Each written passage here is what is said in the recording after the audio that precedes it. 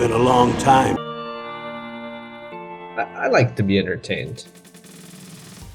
Like many people out there in this world, I watch movies, consume online media, and play video games. And like most people, I've been playing video games since I was young. On the old Atari 2600, Apple IIc, the Nintendo Entertainment System. Great console, great games, but over time games have evolved. What we once had were simple, addictive, maybe even repetitive, yet challenging games. It's something that we still have to some extent through our pay-to-play mobile games, kind of akin to the modern-day arcade with its microtransactions and addictive quality. I mean, I guess they have their appeal, but mobile games, they've never really been my thing. What I find is that what has truly evolved over time is the art of storytelling through video games as a medium.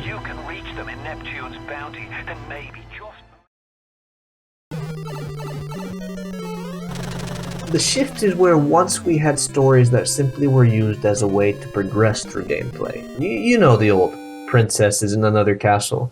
To what we have now, a maturing medium for distinct and immersive storytelling. This didn't happen instantly.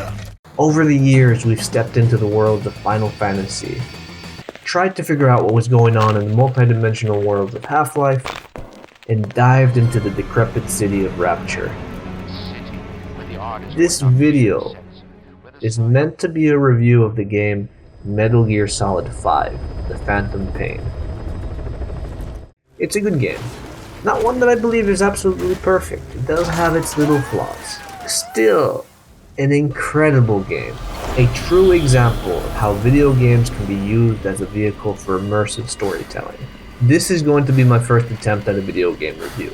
And I felt that rather than jump in and spoil too much of the game, spoiler, I'm going to likely spoil much of the game, My head, it hurts. I'm instead going to delve into it through a retrospective view. Think about this. At this point, the Metal Gear series is 30 years old. 3 decades. Ever evolving through generation after generation of console. I myself have vague memories as a child, trying to play through a copy of Metal Gear on the NES. Not once getting past that first or second screen. It's far too frustrating of a game to ever recommend. For all but the most stubborn, it's an absolutely impossible game to play. It's a game reflective of its era, a shell of a story designed to keep you, the player, progressing through it. It was part of a series that I was going to dismiss until a later time.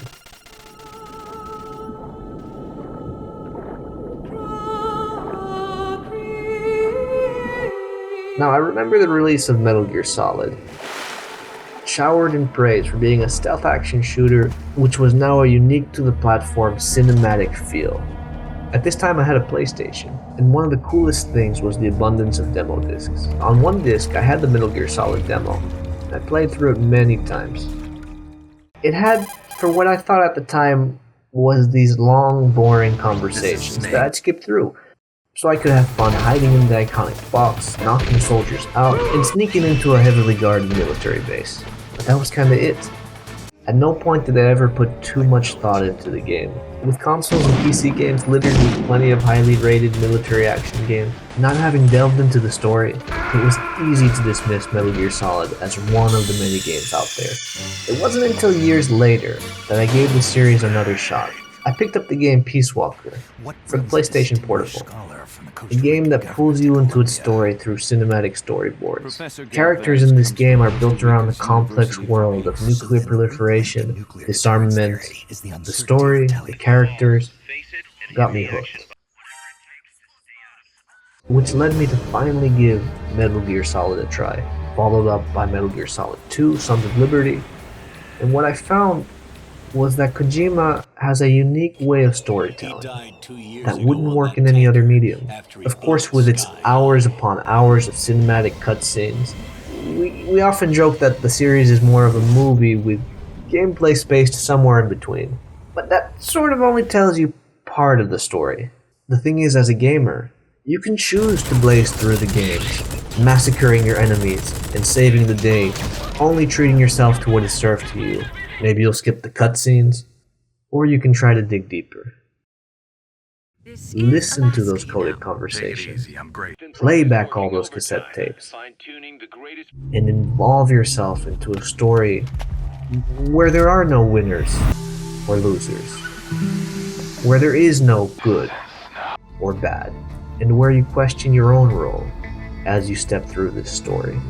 This in a way, art of storytelling is taken even further in Metal Gear Solid 5, where much of the plot, the storyline, is shifted heavily over to cassette tapes that are picked up through ongoing events and interrogations. This is not just some little fun additional information, no.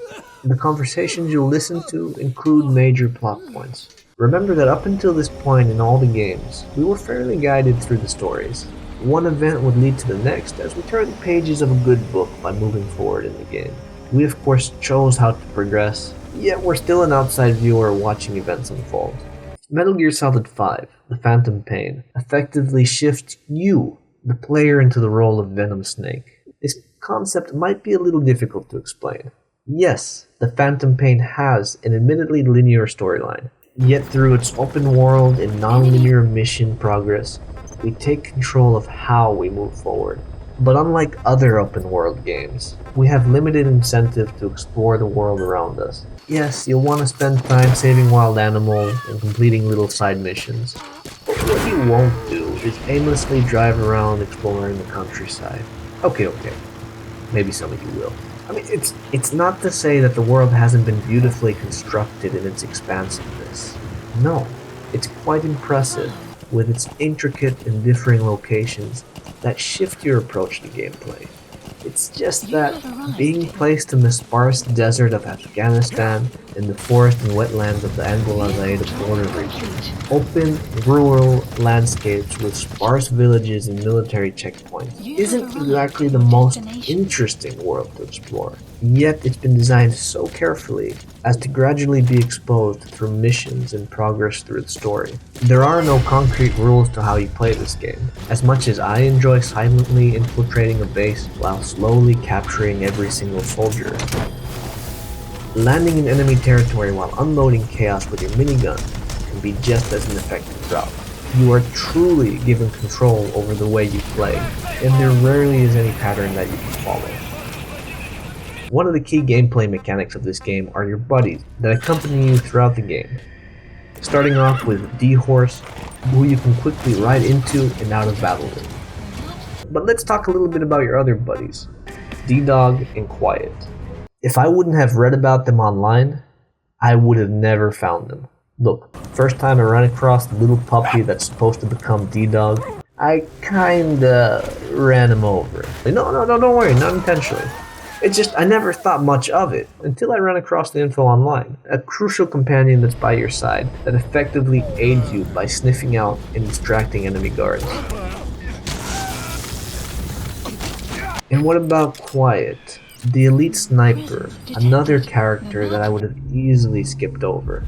When you first meet her, her sole intention is to kill you. My only thought at this encounter was to sneak past this sniper and move on with the game. At no point did I think that I should fight back or recruit her.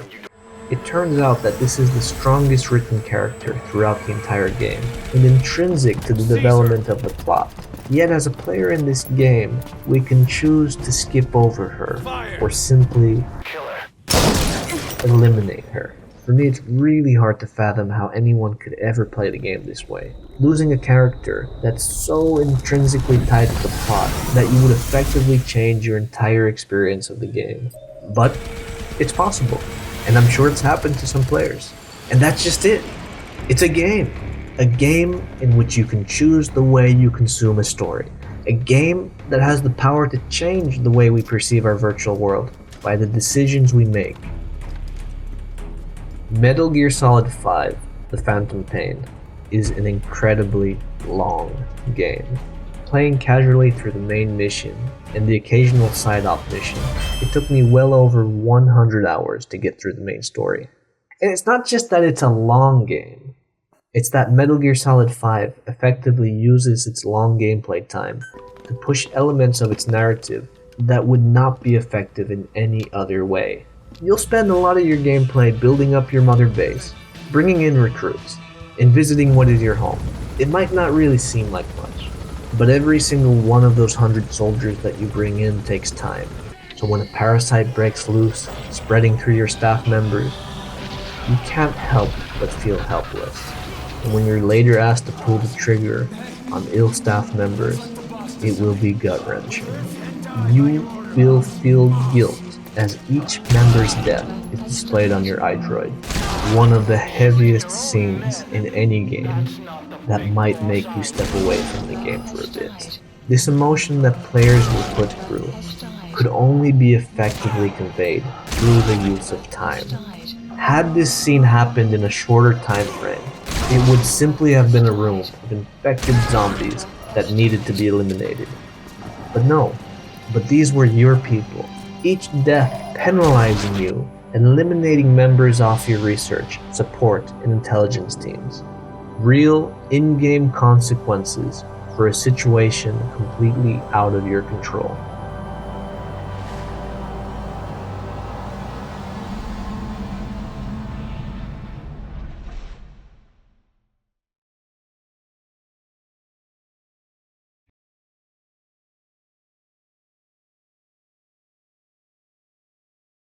And this is where I think one of the most unique aspects of storytelling can be accomplished in a video game that cannot be replicated in any other medium. I can watch a TV series for series on ends. I can watch a good movie, but never am I effectively put in the position of the main character. But in video games, you're just that.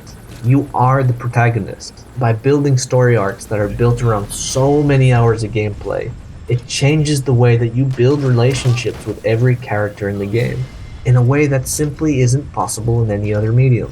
When you're asked to pull that trigger, you're not going to want to. Metal Gear Solid 5, The Phantom Pain, is an example of what can be done.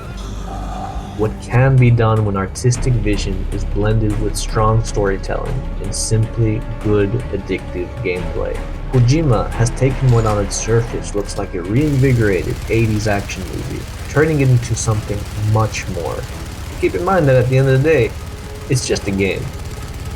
And look, in a world where simple addictive games fill the marketplace with microtransactions, cash-strapped studios may not be keen on focusing on story-centric gameplay that comes with its huge financial risk. But just like any other form of entertainment, a good story will have us hooked well after the game is over, pondering what was, what will be, and what could be.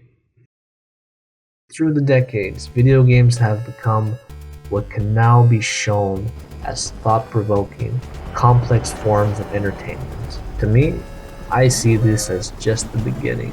I can't wait to see what's next. So let me know in the comments. It's very easy to have a pessimistic view of the industry. Do you think mindless, addictive microtransaction games are going to continue to grow and take over the industry as game studios jump on their low barrier to entry and high profit potential? Or do you think there's still room for the more involved, intricate art of storytelling? Any other good examples of games that have made similar progress over the years? I know there's many, so let me know what you think stands out. Now hey, I hope you enjoyed the review. This was my first video game review for this channel, so if you liked it, do hit that like button. Do share it if you can, and otherwise, do feel free to share your thoughts. And as always, no matter where you are in this world, have a good day, have a good night, have a good morning. Bye-bye.